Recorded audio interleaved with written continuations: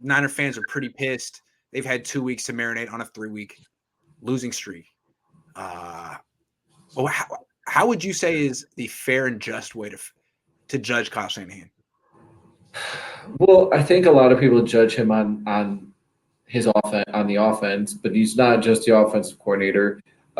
He's the head coach, so he has he's responsible for everything. Mm-hmm.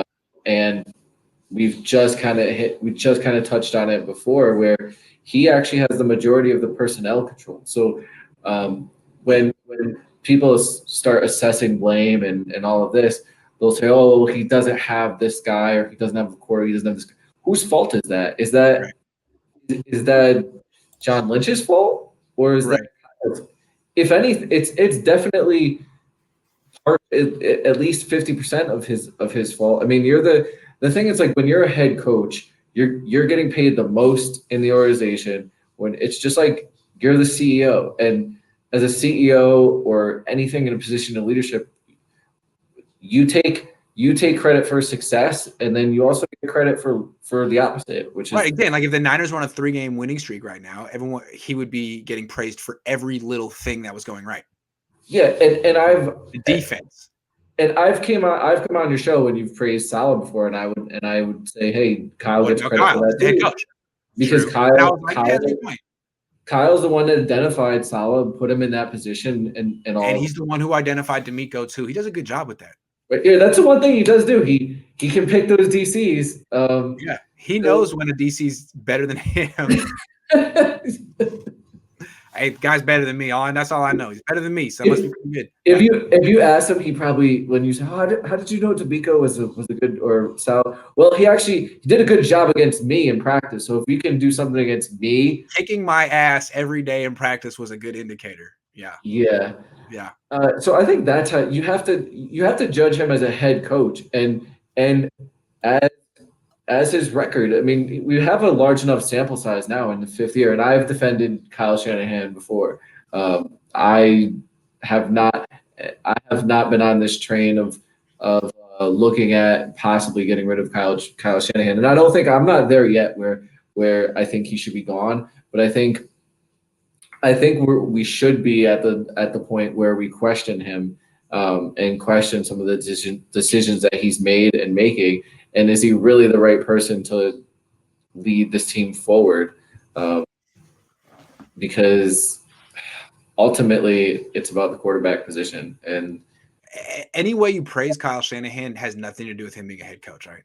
It's usually like, well, his system's nice or stuff like that. But it's never, man, his leadership is unparalleled. Awesome. Or his culture, or his accountability, or his personnel decisions, or that's not it. No. It's always smaller stuff. Yeah, it's, well, wow, he can get receivers open. Like, look at that. Yeah. Like, oh, wow, Mick Mullins had a 4,000-yard passing season under Kyle Shanahan. Right. But I mean, I feel like those are the same things you were praising Chip Kelly for 5 years ago. Like, okay, he would produce some interesting stats while losing. Now, I guess Kyle's had the wins with Jimmy Garoppolo, but he's still 7 games under 500. What was Chip Kelly in the NFL? I always like to bring up Doug Peterson, right? Because Doug Peterson, if you look, has a better winning record than Kyle. His won the Super Bowl that he was in. He won the Super Bowl that he's in, and he beat Belichick and Brady. Yeah. I think he was in the playoffs 3 of his 4 years. Yep. And his offenses were good, and he got fired. Yep. Rightfully. If he got fired, and people are like, "Oh, well, you can't fire Kyle Shanahan." Well, the Eagles fired a Super Bowl winning coach, a guy with a winning record. Yeah.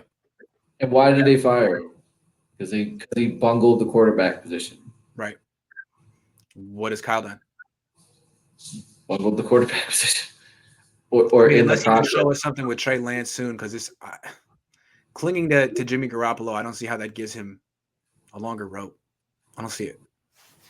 I don't see it either, but some people do.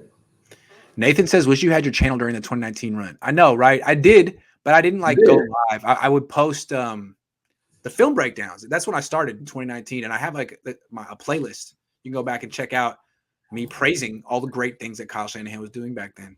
Maybe great. You could do like you don't know, like the NFL used to have the NFL classics. Like you could go back in time and just be like, yeah, because everybody wants to run it back to 2019. So like you can insert yourself in those week to week and be like, yeah.